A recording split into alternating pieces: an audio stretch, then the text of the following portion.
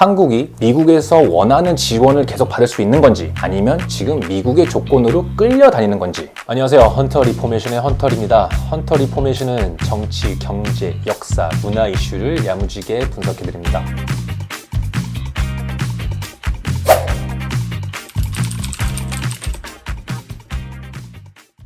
공식적으로 트럼프의 사람이 한국의 임시 대통령을 인정하는 이런 만남이었습니다. 마코 루비오 기억나시나요? 예전 대선 때 트럼프랑 대결하면서 남자의 손이 작으면 남자의 거기도 작을 거다라고 놀렸던 이 사람이 지금은 미국을 대표하는 국무장관입니다. 트럼프는 아직까지 한국에 전화를 하거나 공식적인 자리에서 한국을 얘기한 적이 없어요. 지금 한국의 정치성 방향이 불안정하니까 지금 미국에서도 할 일이 많은데 저렇게 불안정한 나라랑 우리랑 지금 외교할 때가 아니다. 지금 한국은 priority, 한국은 아직 중요하지 않다라는 메시지를 보입니다. 트럼프의 첫 임기를 보면 일본의 아베, 이스라엘 나타나뉴 바로 전화해서 내가 대통령이다. 이제부터 나랑 외교 협상을 시작하자라는 어나운스먼트가 있었죠. 하지만 지금 한국은 불안정하다 보니까 그렇기 때문에 미국이 필요하는, 미국이 원하는 이런 스탠더드를 지금 못 만들기 때문에 한국은 아직 우리의 프라이어티가 아니다 라고 이런 메시지를 보내는 것 같습니다. 이렇게 중요한 미팅, 그러면 어떤 얘기를 했을까요? 트럼프의 2.0 관세에 대해서 얘기했습니다.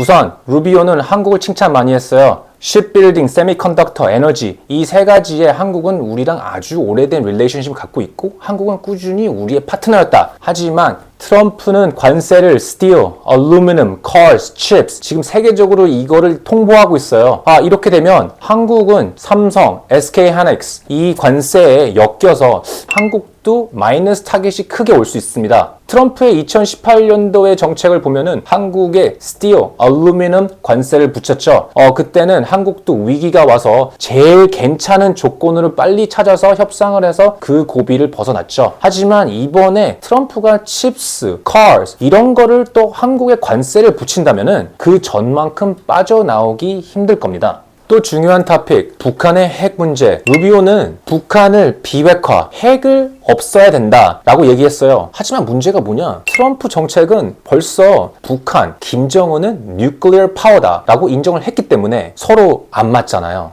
그렇게 보면 트럼프가 2018년도에 김정은을 만났을 때는 북한이 핵을 없애야 된다 라고 얘기를 했지만 2018년부터 지금까지 좋은 소식이 하나도 없어요. 오히려 핵은 더 많아졌고 이렇다 보니 이번엔 와서 트럼프는 김정은은 뉴클리어 파워다. 한국과 일본은 이걸 어떻게 받아들일까요?